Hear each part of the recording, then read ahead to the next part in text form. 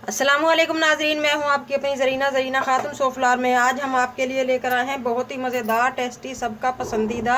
आजकल जो ऑरेंज आए हुए हैं इनसे बहुत सारा फ़ायदा उठाएं। बहुत एनर्जी के साथ मज़ेदार सा हमारा ये मुरब्बा बनकर तैयार हो चुका है। माशाल्लाह, बिल्कुल आसान रेसिपी, खाने में बहुत मज़ेदार। इंशाल्लाह सबको पसंद आएगा, बड़े छोटों को। जिनके मुँह में दांत है वो भी आराम से खा सकते हैं, जिनके मुँह में दांत नहीं वो भी खा सकते हैं।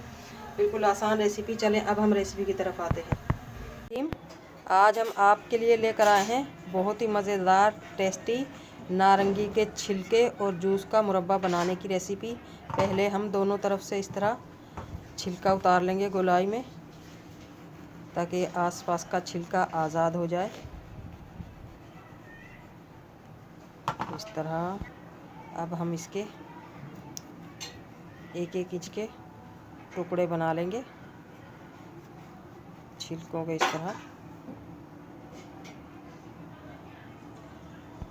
इस तरह से पीस की सूरत में हम ये छिलके काट लेंगे।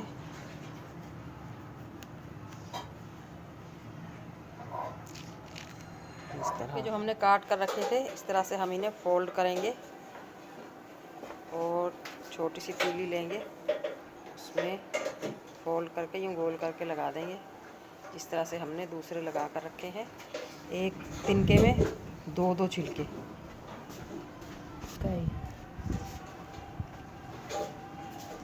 पहले वाले में ही हम दूसरा छिलका भी लगा देंगे।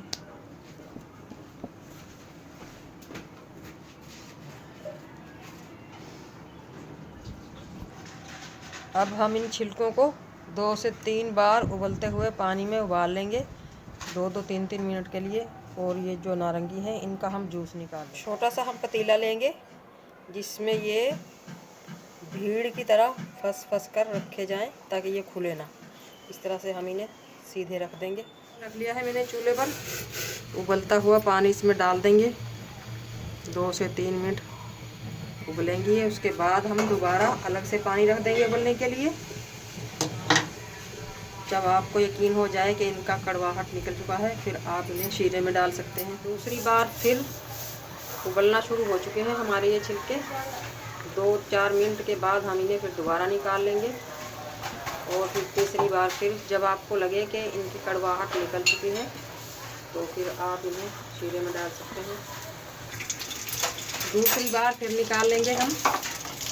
बिस्मिल्लाहिर्रहमानिर्रहीम। ये बार हमने ये पका लिया है, बार बार पानी बदल बदल कर। अब हम इसका ये पानी फेंक कर इसमें ठंडा पानी डाल लेंगे, ताकि ये थोड़े से सख्त हो जाए।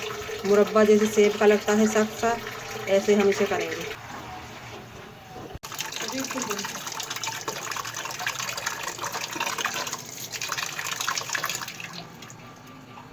अब हम चाशनी पकाने की तैयारी करते हैं। 1 कप हम चीनी लेंगे और आधा कप ले लेंगे पानी।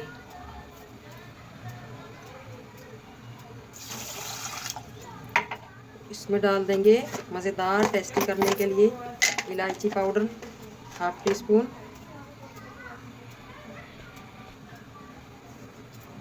और चंद कतरे केवड़ा। इससे बहुत मज़ेदार खुशबू आएगी हमारी चाशनी में। 1 टीस्पून ऑयल डाल लेंगे हम, इससे चमक आएगी हमारे मुरब्बे की चाशनी में। चाशनी को हम ढककर पकाएंगे, ताकि चीनी हमारी जल्द अज जल्द मेल्ट हो जाए। चाशनी हमारी माशाल्लाह पक चुकी है।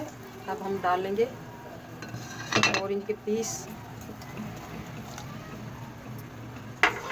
और इन्हें 5 मिनट के लिए पकाएंगे।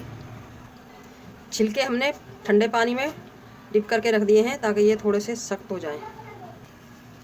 1 चुटकी से भी कम हम डाल लेंगे इसमें ऑरेंज कलर, ताकि ये ऑरेंज का मुरब्बा लगे। ये ऑप्शनल है, अगर आप नहीं डालना चाहते तो ना लें। पकती हुई चाशनी में ही हम डाल देंगे। माशाल्लाह चाशनी भी हमारी गाढ़ी होना शुरू हो चुकी है।